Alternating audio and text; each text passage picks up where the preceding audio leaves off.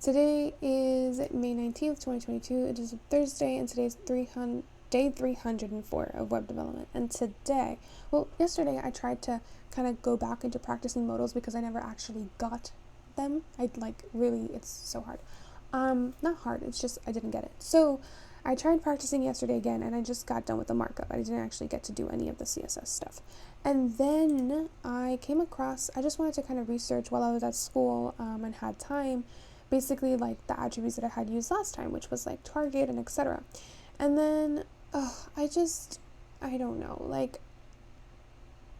I did the one thing that when I tell you that when I think of JavaScript, it makes me want to cry. I think I have tears in my eyes at this moment. Like, the fact that I had the courage to even look at JavaScript today, it says a lot. It says a lot because I did that. Yes, I did. I looked at JavaScript, I researched the functions and their stuff and whatever, and I understood and I came up with this, right? So let me reload. So it looks like this originally, and if you click on the button, this happens, right? And that was with JavaScript, and I think that was a pretty good job. And I also used a reference, obviously, because I'm gonna come up with this on my own because I never knew JavaScript, duh.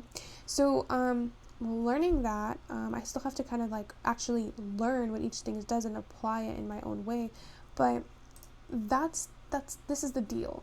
And this is just obviously not what I intended, which was to create a modal or a modal, however you want to pronounce it, but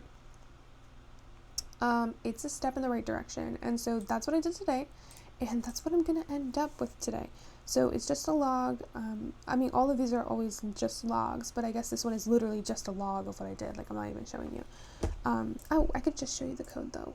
How do I show you the code? Well, I don't have to go to CodePen. I could just go to more tools and developer tools, or do Control-Shift-I, and then I could just show you literally this is it. I just did a div. I gave it on click and then told it that on click, when I click on it, to run the JavaScript function or event. And then I gave it a class item, and then I gave it all its CSS, and then I have a button, and I gave it the class item, and then gave it its styling. And then over here, I don't think you can even see JavaScript. Oh yeah, you can, right here. So here's a JavaScript. It's the first time I've seen JavaScript in Chrome Developer Tools. So, and then here's the stuff, right? So function, click, function, event, right? So all items get all the items, and then all items dot for each item. So item would be the class. So for each item that has a class of item, right?